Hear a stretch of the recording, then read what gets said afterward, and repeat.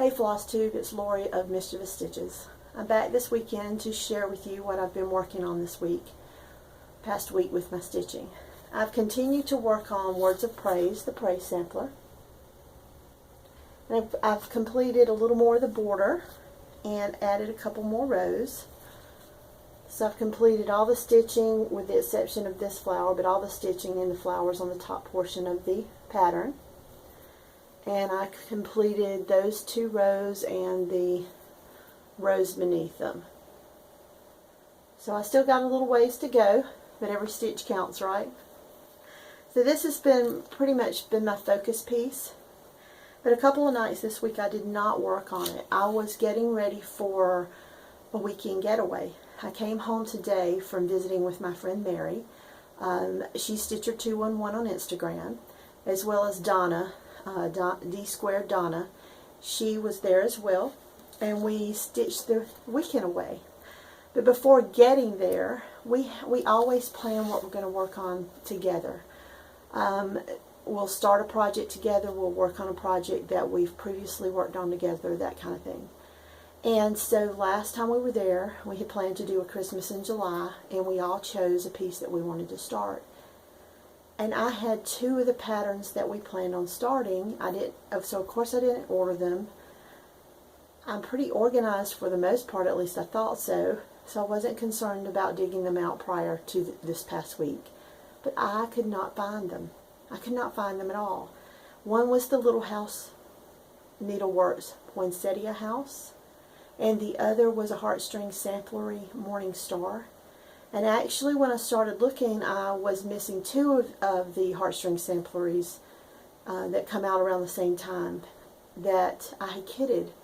And the Little House I knew I needed to kit, but I've got supplies here. I looked for, the first day I just pretty much looked everywhere, couldn't find it. The next day I came home, and as I tore things apart, I was organizing things a little better. So the second day I come home and I'm like, you know, I'm coming at it with fresh eyes. I'm going to find it. I'm going to search through. I'm going to find it. No luck. I still have not found those pieces. Luckily for me, one of the pieces that we were going to start was going to be Smoky Mountain Christmas. And I was really excited about starting that piece, looking forward to trying to finish it before Christmas and get it framed so that I could have it on display this Christmas. That was my plan. So I did have all the supplies for that piece. I pulled everything, I got it ready, pulled the fabric. And Mary had decided that we were going to finish a little craft that we had and work solely on that or whatever else we wanted to of pieces that we had chosen to stitch together in the past, because we always bring them with us. I worked on Smoky Mountain Christmas all weekend. Friday night, all day yesterday on Saturday, but not at all today. Let me share it with you. This is Smoky Mountain Christmas. There's multiple releases of this. I saw one today that was from, it was packaged differently because it was released by another company. I can't remember off the top of my head who it was, but this is the one I have and has a date of 2004. I had seen Dina Half Stitch Cross Stitch, who is a sweet lady here on Flosstube with us, and she had stitched this one in the past, framed it, entered it into her fair, and won a ribbon. It was worthy of that ribbon. It was stunning. She had it framed beautifully, just a stunning piece. So it's not full coverage. The sky is half stitches. The bear and the Santa and the sleigh, they're all full stitches. It has some back stitching in it. And so I decided, since it was called to be stitched on a white piece of fabric, and because it was intended for that white to show through because it's a snow scene, I had a piece of white Monaco that I've had for a long time. I decided to use that. So this is how far I got. And remember, all the sky is actual half stitches, and my goal was to get down and to start that tree, which I did. I got to that tree around 1:32 a.m. this morning, And so I decided to go ahead and pack my things and get ready for, we were going to have breakfast this morning and we were going to leave and come home, head home. I pull this piece off my Q-snap, and Donna says, "Is your fabric big enough?" You know where I'm going with this?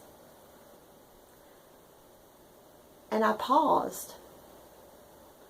And I'm like, I believe so. I know I made the calculations. I'm pretty sure that I have plenty. I don't have plenty. She said, "You're not even halfway through the first page, and there's 4 pages across. You're not even halfway through the first page, and you're like a third through the fabric." So Mary pulls up a calculator. We do the figures, and I come home and realized what I had done is I had 2 pieces of Monaco, and one of the pieces I had the sizes on it. I had cut and used a portion of it from another, and went with the tag that I had, and that had not been corrected to the actual size it was after I had cut a piece off. So everything I had stitched this weekend was for nothing. Now there's a lot of laughter stitched into this. I was really frustrated with myself last night. I can't remember the last time I've done something like this. Actually, it was the late 90s. I do remember. It was on a lavender and lace. I was very frustrated, but upwards and onwards. I can't get that time back. So last night I got online. I ordered myself a nice piece, the right size. This piece actually too is 28 count. The pattern calls for either 28 or 32. I would rather do 32. Monaco's a stiffer fabric. It seems to be the threads are fatter, so it's stiffer. And I wanted a linen because I like to stitch in hand, so that's going to make that possible. Plus the piece will be a little bit smaller. So all in all, I will be happy once I get it stitched. Get this part restitched. When I get to the portion where I am past where I was here, I will be doing fine. But no need to cry over spilt milk. Just keep moseying on. But I'll show you the threads that I had. Isn't this beautiful? Look at all these threads. This knot of threads. I only ended up using 3 of them. 1 for the tree, 1 for the trunk, and 4, and 2 for the sky. And I actually went through a whole skein, minus just a tad of, where is it at? 926, because that's all that's left of that skein. It calls for 8 skeins of that thread. When we got there on Friday, we always kind of exchanged little gifties, and because we had changed at the last minute what we were going to do, instead of doing Christmas in July, Mary called it a wow weekend, work on whips. But we ended up still working on this piece. I think Donna worked on a stocking, and both Mary and I worked on Smoky Mountain Christmas. But she did gift all of the 2 of us with this. And this is, I thought I had the tag here somewhere. Maybe I don't. The lady that sells these is on Etsy. And I will try to link it below. I have looked at these pieces several times before and just not pulled the trigger and purchased one. But it's just a thread ring, a decorator ring for your threads. Mary also made thread drops, Christmas thread drops for our threads for Smoky Mountain Christmas. So I sat there with them when I first got there and put all of my threads on the floss. I said thread rings. I meant floss tags. I put those on there. So what else was I up to? Donna passed on some stash. She finished working on Home of a Needleworker by Little House Needleworks, so she gifted this to me. I saw one of you had stitched it on Instagram and finished it with some red gingham fabric, and it was gorgeous. It was gorgeous. and I knew I needed this pattern, and Donna was actually stitching it then, and she said, you know, don't buy it, I'll pass it on to you. So she gifted me with that and the remainder of the thread she has. So maybe I'll have enough to, looks like maybe I won't. I may need another color, but anyway, should be a quick stitch, and I really like this piece. Mary has been going through her mom's things, and she shared this Paula Vaughn book that I didn't have. This is Bouquets and Blossoms, and these pictures are all about summer. So she passed this on to me, and I'm happy to have it. And what else did we do? We actually, oh, let me go back to this. This little thing, I found the card. I still don't know the proper name for it. I'm going to keep it on with my thread rings to mark the beginning of the threads. This is by Sampling of Memories, Antique Sampler Reproductions, Original Designs and Accessories by LaDonna Snellbaker. And that's her, and she's found on Etsy, and I will link her below. She has more than just Christmas designs, but they're just beautifully made, and you know how, well, I think all of us kind of like bright, sparkly, shiny things, and that's what this is, so I was happy to have it. Okay, back to what else we did and what we got. Donna also gifted all of us with some of these, and I don't know what their proper names are called. I call them slugs because it's kind of the shape of them. And you put them on, she said that she had read somewhere or saw somewhere that people were using them on their Q-snaps to hold the excess fabric, and that they're actually used by quilters. So she gifted us with, there's 4 colors here, but there's 2 of each color. So we have 2, 4, 6, 8 of these. And I did have them on my piece the entire time I was working on it. They don't work as well as we thought they would work. They do hold the fabric, but they don't hold it. If you roll the fabric up, it will hold the fabric, but it doesn't hold the fabric that's rolled up on snugly to the Q-snap. So keep that in mind. But if you have your fabric on a Q-snap and you have rolled the excess fabric up and you plan to use a grime guard, these will work perfectly with that, because you will have these holding your excess fabric snugly right to your Q-snap, and then when you wrap the grime guard around it, it's going nowhere. It's not going to loosen up and come to the side to where you're stitching, anything like that. Another thing we did this weekend is, because we were working on Smoky Mountain Christmas, in the last minute, like I said, we changed what we were doing. I stopped by and got all of us a little not a teddy bear, but a black bear ornament. And it stayed in this little box all weekend. Now the box was another one of the unfinished wood pieces that can be bought online from Amazon, or it can be bought at Hobby Lobby or Joannes. And we painted and waxed it. And we were originally going to put Christmas patterns fabric in there. I didn't bring any Christmas fabrics because we had changed our ideas. But when I got home, I remembered I have some gingham.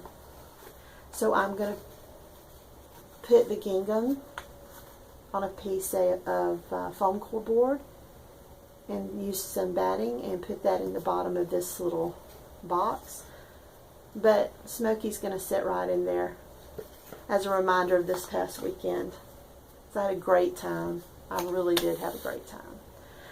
What else did we do? I left this morning, and what I did on the way home was I stopped by Joannes. Joannes is about 45 to 50 minutes from my home, and I was going to be passing it on my way home from Mary's. And not that I need any more project bags, but I decided I wanted some more project bags, so I picked up some fabric. I did want to get a Christmas theme pouch or envelope made for Smoky Mountain Christmas. So I went with the intention of finding something Christmassy that may have an old Santa with in his sleigh, or something with bears. There were some bear fabrics there, but they were gingham, buffalo checks. That's not what I wanted. So I'll show you what I got. Nothing with bears, nothing with the Santa. But this would be my inner fabric.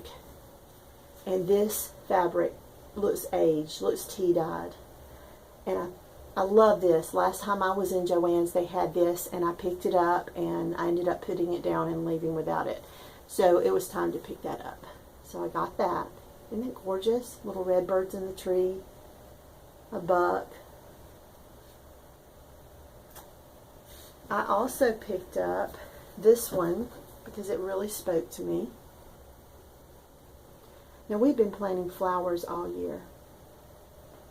All spring outside. I got really excited this week because I had read I bought a book, and the book was Birds of the Carolinas. So I've had fun looking up the different types of birds that I see in my yard and learning the names, and I've discovered some new ones. So I come home one day this week, and in front of my home I planted a different variety of sunflowers. I think one of them is called an Arizona sunflower. I have some black-eyed Susans, just different kinds. And for the past couple of weeks I've been harvesting some of the seeds from them as they're dying and drying out, so that I can replant them for next year. And I read that birds really love the sunflowers, and the birds will appreciate it and take advantage of the seeds that you don't pull the old flower heads from the plant. Leave them there, and the birds will eat them. And I'm thinking, I've never seen a bird eating seeds from any of my plants outside. And I come home from work, and it was a female and a male Carolina canary, and before I bought this book, I didn't know there was such a thing. Of course, he's brightly colored, bright yellow, with some other colorations, and she's a little more muted. But they were in my front yard on one of those short flowers, and they were eating the seeds from the dead flower heads on the flowers. So I was super excited, and even though they're starting to fade away from the heat because we're hitting the dog days of summer, I'm not going to touch them. It thrilled me to no end to see those birds on those flowers. Back to the fabrics. I picked up this one just on a whim because I thought it was the cutest fabric ever. So you've got the tomato pincushion, and this would be my inner fabric. Let me do it like this. So I'm real happy with that. So maybe this weekend after, I don't have a specific time that I'm going to put them together. It's going to be at least a week before I get the fabric for Smoky Mountain Christmas, my new fabric. I did get a Lugana. I got a 32 count Lugana. I find that when I'm working something that it's not full coverage, but it's a lot of coverage, that I like the even weaves best for that. I also ordered some fabric for Mary. It's called Mary Noel. It's a Sue Hillis design, and it looks like the design on a winter sweater. So I purchased the fabric for that last night. It was a planned stitch along with Donna and Mary, and we also ordered some threads because it's a monochromatic piece. We ordered some threads from Nancy Turner of Victoria Motto Sampler Threads. So I'm going to look forward to getting those in and getting the threads in. I'm not sure exactly when we're going to start, but it shouldn't be a stitch that takes very long. And I'm always excited to stitch with those ladies. So this week I'm going to continue to work on my Praise Sampler. I am hoping for a finish definitely by the end of this coming month. Hopefully sooner than the end of the month, because I would like to have that one finished before I begin to work on Smoky Mountain Christmas in earnest. Also this week, in some of the comments, I do apologize for those that did not get a response to their comment from me. I seem to be failing at that more and more often because I'm just getting so many comments, which I'm so thankful for. I'm not asking you to stop commenting in any way, but I find just from the number of comments that I'm receiving, it's difficult sometimes to actually reach out and speak to all of you. But once again, thank you for commenting. I did see where someone asked how I iron my stitch pieces, and several months ago Vanna Pfeiffer did a video where she talked about this product, which is Best Press. I found mine on Amazon. I've also seen it in Walmart. I have seen it in Joannes, and it says a clear starch and sizing alternative. Vanna assured us when she gave a critique about it that she had used it many times on stitch pieces and the pieces that come out of her finishing cave, but had not had any problem whatsoever with the threads bleeding. So I do use this. I do use it a little heavier than what I think Vanna mentioned that she does. But just as she said, I've not seen any problem whatsoever with any of my threads bleeding. And so I thought I would share that with you. I think that's it. One more thing. Let me find it. I stuck it here to the side. My goodness, I am so bad about... I thought I had everything right here. I do. October 1st, Michelle Bendy Stitchy and I will be hosting a stitch along for Miss Mary Ann Bournes from Hands Across the Sea Sampler.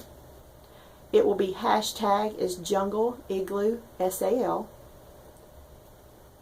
The name come from my son Jacob. That was how he described the bee skep there in the center. So anyone that wants to join in with us, kit your piece up. You've got a couple months to do that. Join in with us. We're going to have a blast. As I said, use the hashtag Jungle Igloo Stitch Along. I want to bring that to your attention. I also have a couple of things that I would like to put up here for a giveaway. I haven't done a giveaway in a long time. I will say you must be 18 or older or have your parents' permission. All the bells and whistles that we normally throw out there. Please don't mention anything about a giveaway. I have no plan to restitch Sally Spencer's Stitch Along. It has been lightly loved. If you would like the Sally Spencer sampler piece, just comment below and use 3 hearts in your comment. So you can leave a normal comment, but just leave it with 3 hearts so I know that you are entering yourself for the Sally Spencer Stitch Along. I also had finished up the Wild Bird Needle Book and Summer House Pin Keep. This is a Blackbird design piece that I got at a class. You can see it's a little worse for wear, but this was a handmade envelope by Barb and Alma. This piece, I have finished both pieces, and let me show you the pin keep real quick because I showed it unfinished in the last video.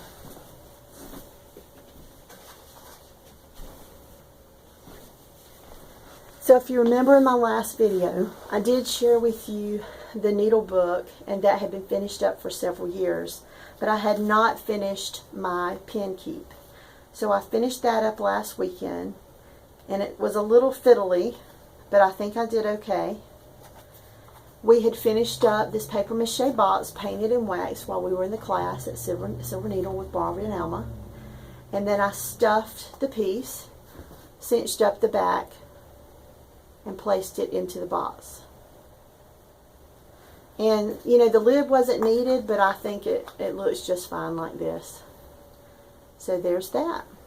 There's a lot of light coming through the window. I've got a light there so it's not showing up true to color. There, that's better. So there's that. And that is what these 2 patterns are for. So this has actually been released in one of the Blackbird design booklets, and so I have that booklet, and I'm going to go ahead and pass this along to anyone that would like it. With this one, if you're interested in this one, then leave 3 smiley faces in your comment. Don't mention that it's a giveaway, but leave 3 smiley faces so that I know that you are interested in this piece.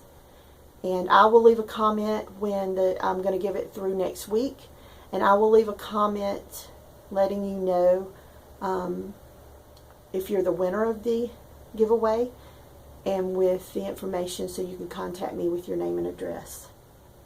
So good luck with that, and everyone have a great stitching week.